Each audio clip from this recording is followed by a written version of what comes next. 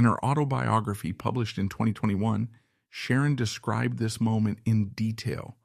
She said it was terrifying and that playing this role gave her horrible nightmares. She felt like her trust had been completely broken.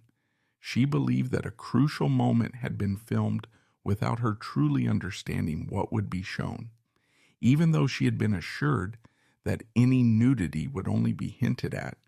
The final product showed something entirely different. Sharon described feeling like she had been stripped of more than just her clothes. She felt like her autonomy and her right to make informed decisions about her own body had been taken away from her. This wasn't just about one scene in one movie.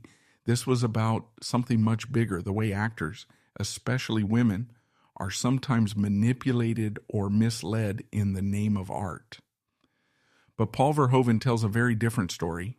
He has always defended the choices he made during production. He insists that Sharon knew exactly what they were filming. He says it was impossible for her not to know what the scene would look like because she knew exactly what they were doing. Verhoeven believes that the provocative element of the scene was carefully planned and that Sharon had fully consented to everything. He has said that his artistic vision required the scene to be exactly as it appeared in the final film, and he stands by that decision. This creates a really difficult situation. We have two people who are both there, both involved in making the same scene, but they remember it completely differently.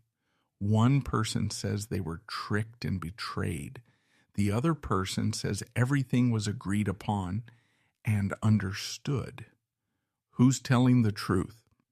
Or is it possible that both people believe they're telling the truth because they experience the situation so differently? The screenwriter Joe Esterhaus added another perspective to this controversy. He admitted that while the scene was powerful and effective, it had unintentionally overshadowed the more complex elements of the film. He felt that the shock value, while artistically effective, had ultimately hurt the deeper narrative he had tried to create. His distancing from the situation highlights not just the internal divisions during production, but also how standards about what's acceptable in movies have changed over the years. The contradictory accounts between Sharon and Paul represent a deeper systemic problem in Hollywood, a lack of clear boundaries when it comes to consent and the treatment of actors, particularly women, in scenes that push the limits of explicit content.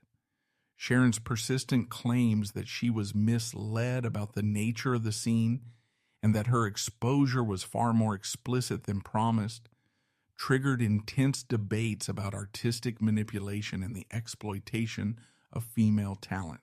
Despite this explosive moment and her feelings of betrayal, Sharon ultimately decided not to sue the director or the studio.